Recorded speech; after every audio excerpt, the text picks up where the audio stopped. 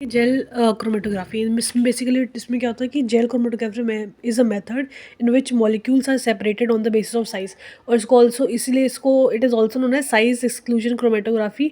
और it is also called gel permeation chromatography, gel filtration chromatography और molecular sieve chromatography. इसका principle basically क्या होता है, in this the molecules are separated based upon their size and it is also known as molecular size chromatography. उसके बाद क्या होता है, मॉलिकुलर सीव क्रोमेटोग्राफी। ठीक है, smaller molecules penetrate the particles to very extent depends upon the shape and size. ठीक है, there are जो स्मॉल मॉलिक्यूल्स हम लोग इसमें पढ़ेंगे आगे, जेल्स या बीड्स पढ़ेंगे, इसके अंदर ना जो इंट्रैप हो जाते हैं स्मॉल मॉलिक्यूल्स जो होते हैं। ठीक है, देयर दस the there is thus a partition of the molecules between the liquid inside the gel and partition and outside the cell outside. ठीक है, the smaller the molecule the larger will be the percentage of liquid within the particle and it is available to them. ठीक है, molecules therefore leaves the column in order to decreasing molecular size. तो जो बड़ा size होगा सबसे पहले वो जाएगा, फिर धीरे करके लाइक अलग अपने अपने साइज वाले मॉलिक्यूल्स जाएंगे कॉलम के अंदर के थ्रू। ये हम लोग पढ़ेंगे फर्दर। ठीक है, अब इसके बाद फिर पढ़ेंगे थ्योरी में, इसमें क्या पढ़ेंगे basically, high call the layer the larger size will leave the column first, हम जैसे पढ़ा, उसके बाद बाकी होंगे smaller depending upon their partition. इसका थ्योरी पढ़ेंगे, इसमें क्या हम पढ़ेंगे जो टोटल बीड वॉल्यूम है is equals to V G plus V M plus V S. ये इसका ये लिख रखा है, आप बस याद कर सकते हैं इसको।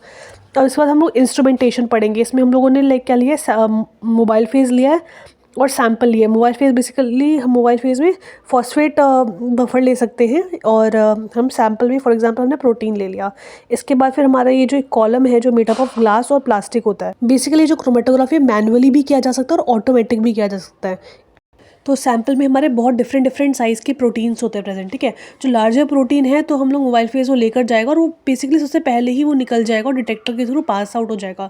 बट जो स्मॉलर साइज़ के मॉलिक्यूल्स होंगे, जो हम लोग जेल बीड्स देख रहे हैं, जो होता है स्टेशनरी फेज की तरह काम करता है, जो इस कॉलम के अंदर प्रेजेंट होता है, तो क्या करता है वो जो स्मॉल मॉलिक्यूल्स है अंदर इंट्रैप कर लेता है। ठीक है, और इंटरमीडिएट मॉलिक्यूल्स भी करता है। फिर उसके बाद पहले सबसे लार्ज वाले चलेगा, डिटेक्ट कर लिया हमने, पहले सबसे ऊपर पीक बनी हमारी लार्ज की, और उसके बाद फिर इंटरमीडिएट वाली की बनी, और फिर सबसे लास्ट वाली जो पीक बनी है वो हमारी स्मॉल वाले के लिए बनी। अब उससे पहले हम लोग बेस लाइन, इसको बेस लाइन कहते हैं। बेस लाइन कैसे आई है, ये बेस लाइन इस वजह से आई कि पहले हम लोगों ने ब्लैंक करा, पहले सैंपल डाला ही नहीं, पहले बस मोबाइल फेस को उसको रन करके देखा, तो इसकी वजह से लाइक हम लोग इक्लिब्रेट कर देते हैं, लाइक ये पता करते कि हमारा जो इंस्ट्रूमेंट है वो इसी से चल रहा है नहीं चल रहा है, कैलिब्रेट कर लेते हैं उसको। तो बेसलाइन के लिए हम लोग ये बन जाता है। फिर हम लोग क्या करते हैं, एब्जॉर्बेंस वर्सेस एक्स एक्सिस में हम लोग वॉल्यूम का हम लोग ग्राफ बनाते हैं और अलग अलग सैंपल को अलग अलग हम लोग कलेक्ट कर लेते हैं। उसके स्टेप्स पर देखेंगे। वर्किंग तो हमने पढ़ लिया, सेपरेशन बेसिस ऑफ साइज और मटेरियल जो रिक्वायर है, जेल हो गया, फिर ये हो गया, ये सब लोगों ने पढ़ लिया।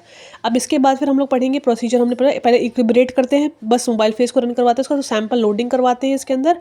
इसमें क्या होता है, फर्स्ट लार्ज साइज वाला बनता है, इसका धीरे धीरे अलग अलग साइज वाले बनते हैं। इसका एप्लीकेशन इसके protein purification, molecular weight determination, bio polymerisation analysis, biopolymer analysis, pharmaceutical industry में यूज़ होता है और बायोटेक में यूज़ होता है, कॉस्मेटिक में, एनवायरमेंटल मॉनिटरिंग में और क्वालिटी कंट्रोल।